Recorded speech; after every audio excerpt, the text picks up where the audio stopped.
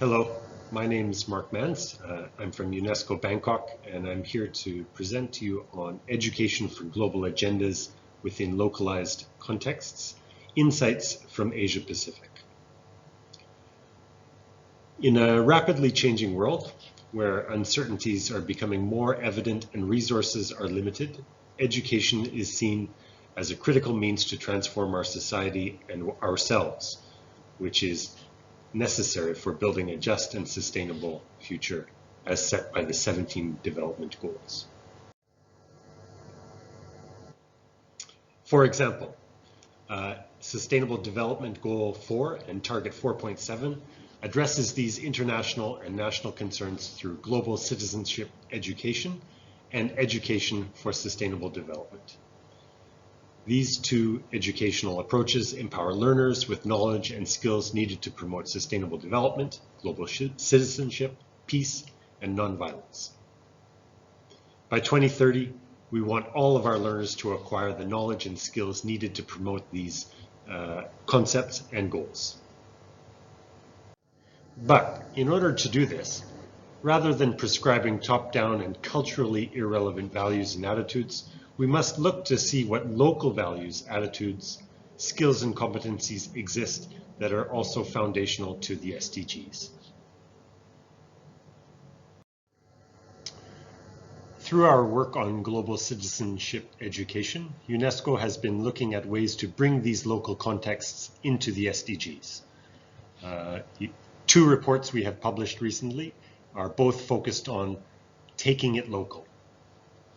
The second report, GCED Taking It Local in Asia Pacific, focused on these local contexts, how they're manifested in the community, and how they're taught at school or through education.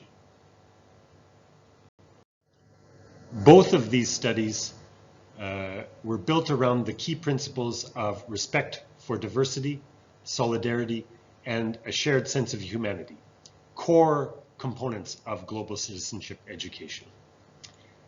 These distinguish it from other educational approaches.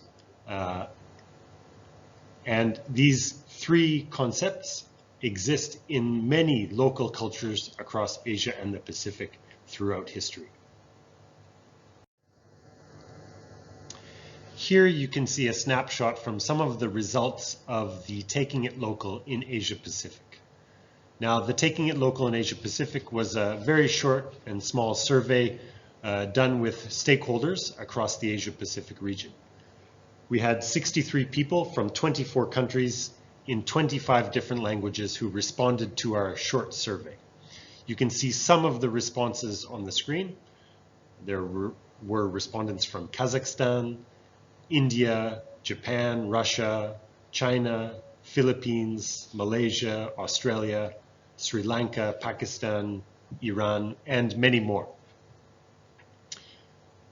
This gave us some very good evidence of what is happening in local contexts, but due to the small sample size, this is not an exhaustive report, and it does provide limited generalizations. In the next few slides, I'll share some specific examples that came from the survey and from our desk research into different local contexts in Asia Pacific. First, looking at some examples on respect for diversity. One example is gross national happiness in Bhutan. Gross national happiness permeates every aspect of Bhutan's national policy, underscores the prime importance of societal good over economic growth. GNH, as it's known, gross national happiness, GNH principles are embedded in the education system and curricula at all levels, focusing on issues such as critical and creative thinking, holistic learning concerning the world, and competencies, ensuring that students get competencies to deal with the modern world.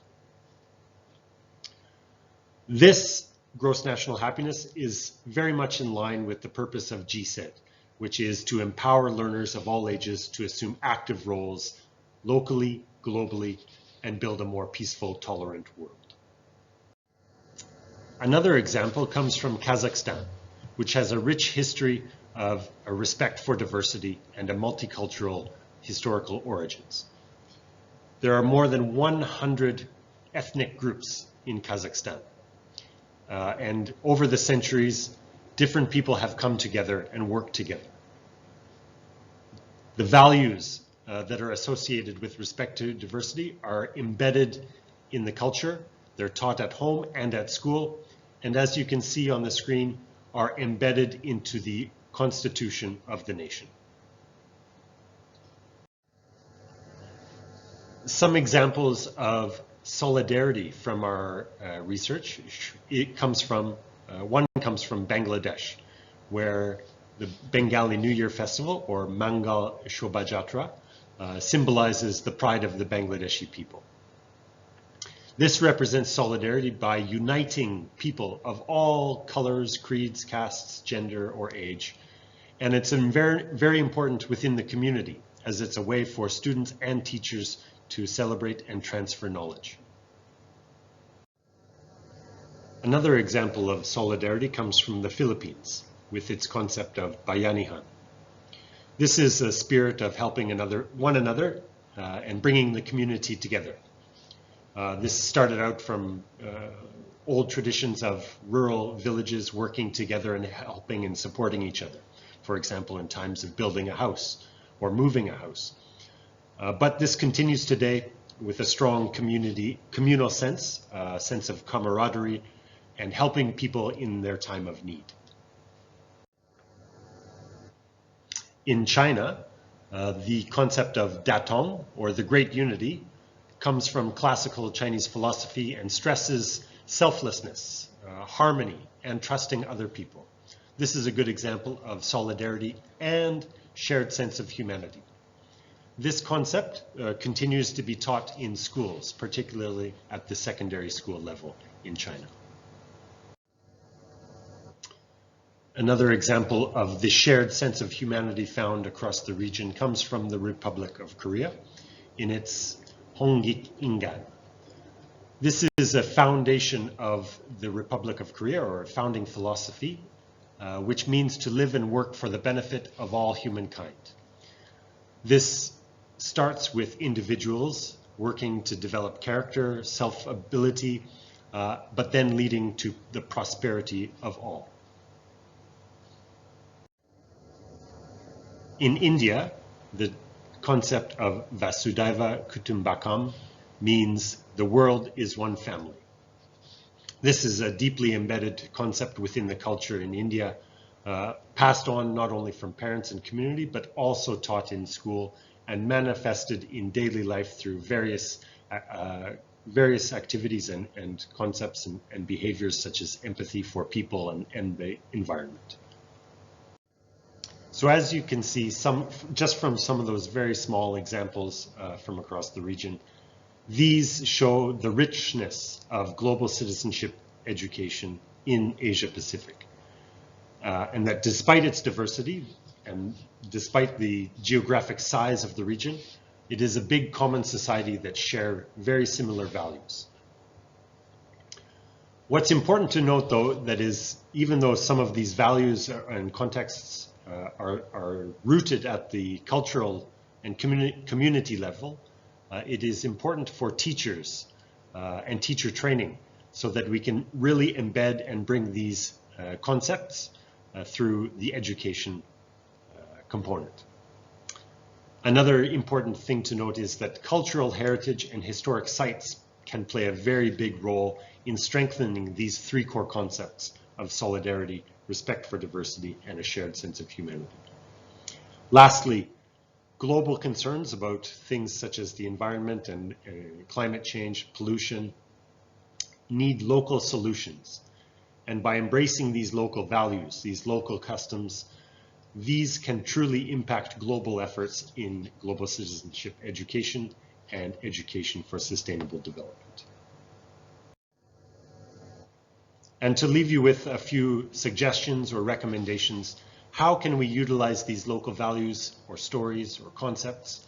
Well, number one, please identify what these existing values, attitudes, and stories are in your country or your community in terms of how they fit within the respect for diversity, solidarity, and the shared sense of humanity. 2, make sure to embed these values into your policies and your curriculum, and then emphasize their connection with GCED and ESD and other relevant sustainable development goals. And lastly, practicing these values in classrooms, building skills and competencies using local knowledge and tradition, integrating GCED and ESD competencies, which are the cognitive, socio-emotional, and behavioral competencies you can see below. Thank you very much. Look forward to seeing you at the live panel event.